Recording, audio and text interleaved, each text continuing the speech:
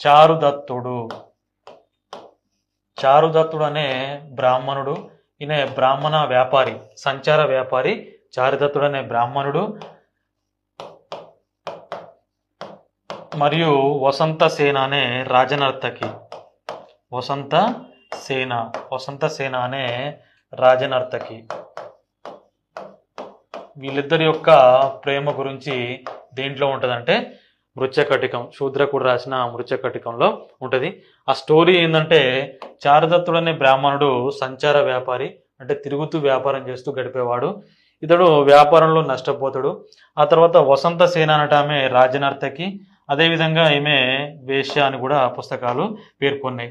ఈ మృచ్ఛకటికం గుప్తుల కాలం నాటి సామాజిక పరిస్థితులు, వేశ్యావృత్తిని, వ్యభిచారం అనేది ఉందని చెప్పేసి పుస్తకం కూడా మృచ్ఛకటికమే.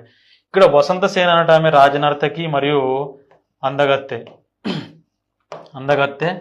సంస్కారవంతురాలు, నెక్స్ట్ విద్యావంతురాలు, సంపన్నురాలు. ఇన్ని అంశాలు వసంత సేనలో ఉన్నాయి.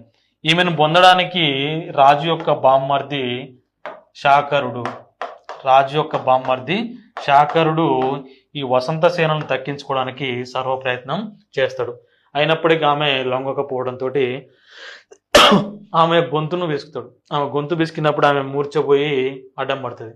ఆ తర్వాత ఏమైందంటే శాకరుడు అనేటోడు ఆమె మరణించిందని ఆ యొక్క హత్యా నేరం ఆరోపణలు ఎవరి మీద చేసిందంటే చారుదత్తుని మీద చేసింది. చారుదత్తుడే ఆ వసంత సేనను చంపిండని చెప్పేసి ఆయన మీద హత్యా నేరం మోపిండు. ఆ తర్వాత ఏమవుతుందంటే ఇక్కడ రాజుకు వ్యతిరేకంగా విప్లవం ప్రారంభమవుతుంది. రాజు సింహాసనాన్ని దిగిపోవాలి, వాళ్ళ యొక్క బామ్మర్ది అరాచకాలు పెరిగిపోతున్నాయని రాజుకు వ్యతిరేకంగా విప్లవం అనేది జరుగుతుంది. ఆ తర్వాత ఈ విప్లవం ఫలించి రాజు సింహాసనం దిగిపోతాడు.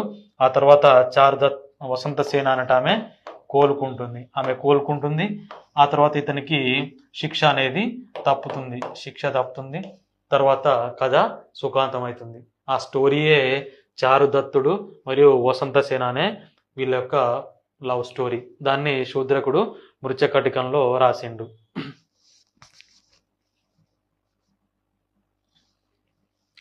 నెక్స్ట్ అమరసింహుడు అమరకోశం, ఇది డిక్షనరీకి సంబంధించింది, లెక్సికోగ్రాఫర్. నెక్స్ట్ బృహత్ సంహితను రాసింది వరాహ మిహిరుడు.